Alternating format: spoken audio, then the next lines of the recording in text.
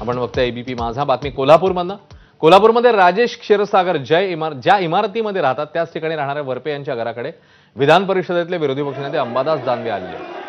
राजेश क्षीरसागर यांचे कार्यकर्ते त्यामुळे आक्रमक झालेत। पोलीस देखील तिकडे पोहोचलेले आहेत आणि आता ही ताजी दृश्य आपण बघताय।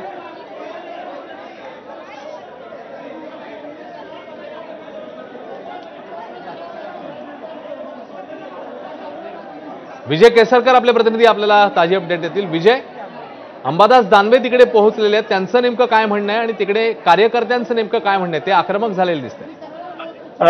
अश्विन, खरं तर ही बाब खूप दिवसांपूर्वीची होती। ज्या इमारतीमध्ये राजेश क्षीरसागर राहतात त्याच इमारतीमध्ये वरपे नावाचं कुटुंब राहतं आणि त्या दोघांमधला वाद होता आणि राजेश क्षीरसागर यांच्यावर कारवाई करावी याच्यासाठी अंबादास दानवे यांनी आज पोलिसांना सूचना दिल्या आणि त्याच्यानंतर वरपे यांच्या घराकडे देखील मी चहा प्यायला जाणार अशा पद्धतीची भूमिका त्यांनी घेतली।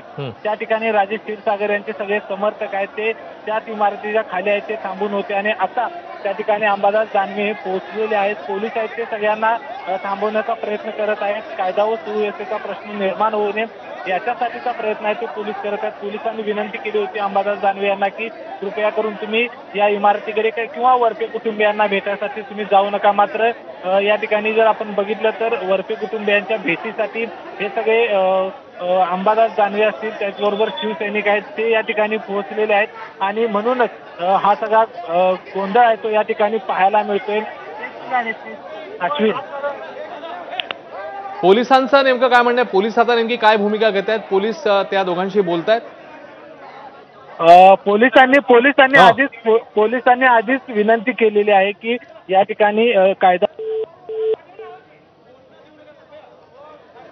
विजय केसरकर यांच्याशी आपला संपर्क तुटलाय। मात्र सध्याची जी स्थिती आहे त्यानुसार कोल्हापुरातली हे दृश्य, राजेश क्षीरसागरांचे कार्यकर्ते एकीकडे आक्रमक झालेत, अंबादास दानवे तिकडे पोहोचलेले आहेत।